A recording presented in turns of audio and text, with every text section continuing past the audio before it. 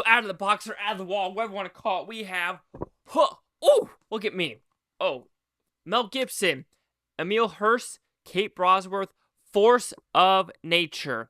So, of course, this is a straight-to-DVD movie by Lionsgate. So these are usually bad or very, very bad.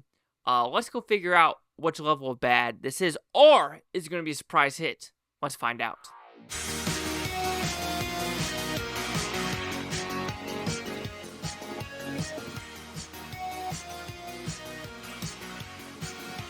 Chase Lehocky here with the Blue Futon reviewing Force of Nature. So what's about pretty simple premise? We're in Puerto Rico, and there's a huge Cat 5 hurricane coming, right, in this apartment complex. So these two cops, they have to go to this apartment complex because they need to evacuate the folks. Mel Gibson refuses to leave. Also, a guy on the first floor who refuses to unlock his door.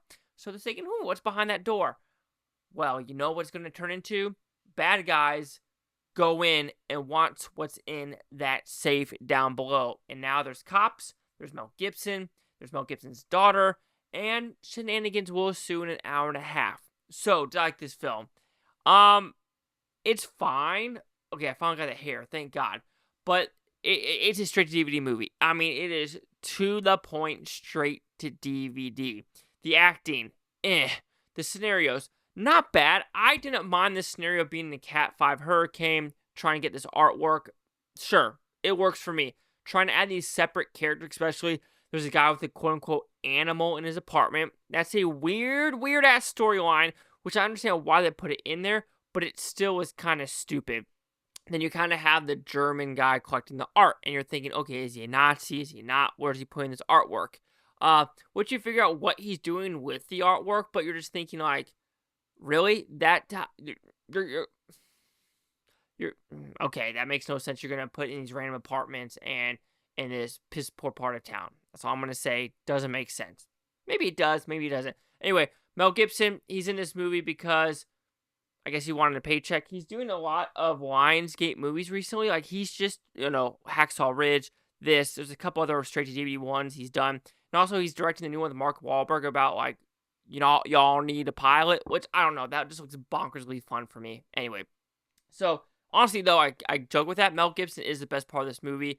He does play the part of the man that's basically dying from cancer, and he's trying to figure out what he's doing. I know when I was watching the trailer for this, I was confused why he was stumbling. I'm like, is he drunk or something? No, it's because he's having a hard time in the movie. So I think that works as well. Emile Hirsch in this movie, I usually like him in movies, but here there are some scenes where he overacts just a little bit too much, especially there was one at the very end with David Zayas. I'm saying his name completely wrong, but he's also in Dexter. He's in a couple of TV shows as well, in a couple of movies, but he's also the bad guy in Expendables. Yes, there's that. Not the Eric Roberts character, but the other one. He plays a fine job in this movie. He's also one of the better ones, so him and Mel Gibson do a good job. The action set pieces in this movie, they're pretty generic. Gunplay, you've seen it a million times before. There is one fall, though, which you're like, yeah, broken back. That's unrealistic. And how they were falling, too, like, it was like almost you could tell they were on a wire, so it's going kind of slow. You're like, yo, you're falling like 5 stories. This should be a drastic drop, and it wasn't a drastic drop. I don't remember the score that much. Kate Bosworth was fine.